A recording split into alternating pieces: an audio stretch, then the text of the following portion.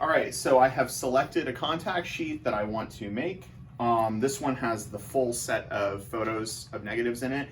It's okay if you have blank spaces. I know not everyone's are going to come out perfectly, but we're good to go. So these 4 devices are called enlargers. And an enlarger takes a negative, a small negative, and enlarges it to be printed, okay? So we're not going to be enlarging with these in this video. We'll be using them to make contact prints, but I just want you to know what they're called. They're called enlargers. So an enlarger has a couple of components. It's got a big box at the top. This has a giant light bulb. Actually, it's a pretty small light bulb, but a very high-powered light bulb in the top of it. It also has these color dials. Now, we'll be using these a little bit later in the semester. I want you to make sure before you start doing this that these are all set to 0. So I'll set that to 0, this guy to 0, and this guy to 0.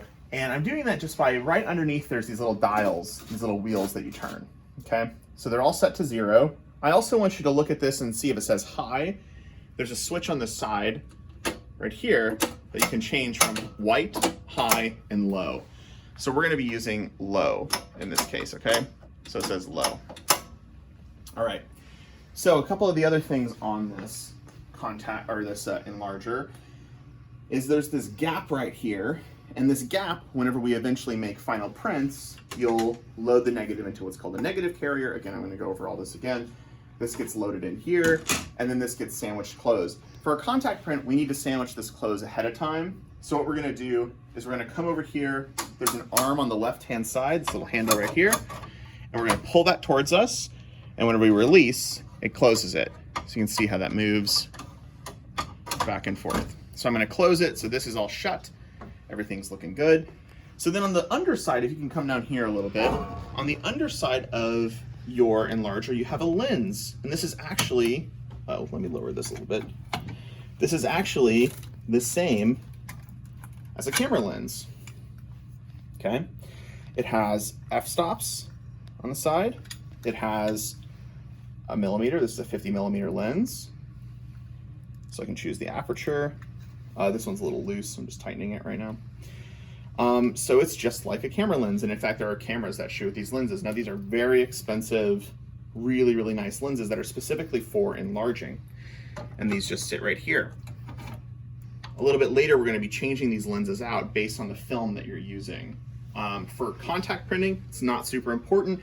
Just make sure you can see right here the f-stop numbers. So see, it says 3.5.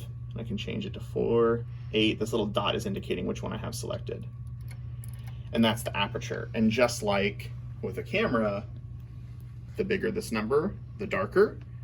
The smaller this number, the brighter. Okay. So then we have 2 more cranks on the side. We have one right here, which operates the bellows. You can see that moves the lens down, the lens up.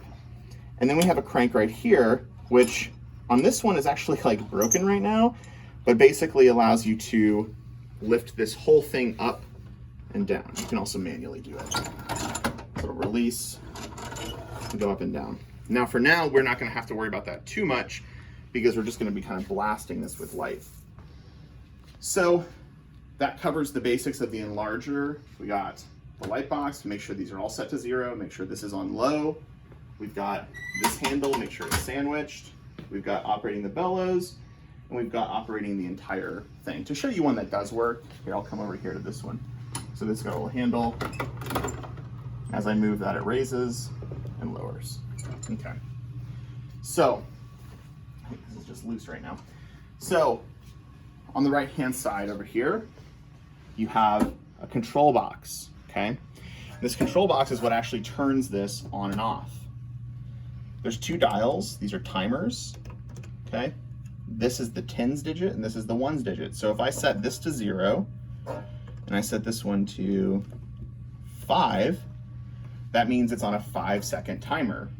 If I set this one to 1 and this one to 5, now it's on a 15-second timer, or 25-second timer, or a 20-second timer. Does this make sense how we're adjusting these back and forth? We're gonna start on a, let's do a 5-second timer, and then we see a couple switches below that. There's the on-off, so on turns this on, off turns it off. always make sure these are turned off whenever you leave the room and whenever you're not using it. So on, turns it on, and right now, there's actually a little bit of light coming out of this. You can see that right now. Okay. Then we have focus and we have print. On focus, there's light blasting out of this. Now that's just like normal light. So if you had a piece of paper and you have it on focus and you turn this thing on, you're blasting your paper with light, it's ruined the paper, okay? Keep that in mind. Now print switches it to being off, so there's no light coming out now, but it's primed and ready to expose to light. So we can get everything set up, get it all looking good, and then this last switch, which is called expose, whenever I flick it, turns on that light for the amount of time on our timer. So focus ignores the timer, it's just a light that's on all the time. We're gonna talk about how to focus our prints and stuff later. Print turns that off, but it primes it to use the timer, and then expose, so I have it on 5 seconds. 1, 2, 3, 4, 5, and it should click off. There you go. So it's a 5-second timer. So make sure you're on 1.0. Some people do this accidentally. Make sure that's on 1.0. They all should be, and we're not gonna mess with them, okay? So it's on 1.0. That has to deal with the timer. You can make this timer go for like minutes and minutes and minutes if you want to. So that's the sort of basics of the Enlarger. I'm gonna show you how to set up your contact print for printing. You probably have to watch this video 2 or 3 times and get in here and play with it. The last thing I wanna do before we stop this video is I wanna mention you should only really be using these 3. These 3 are set up and work well. This last one, it's a little more complex. It's set up for a different type of timer. I really only recommend advanced students use this. So for your first times, use these 3.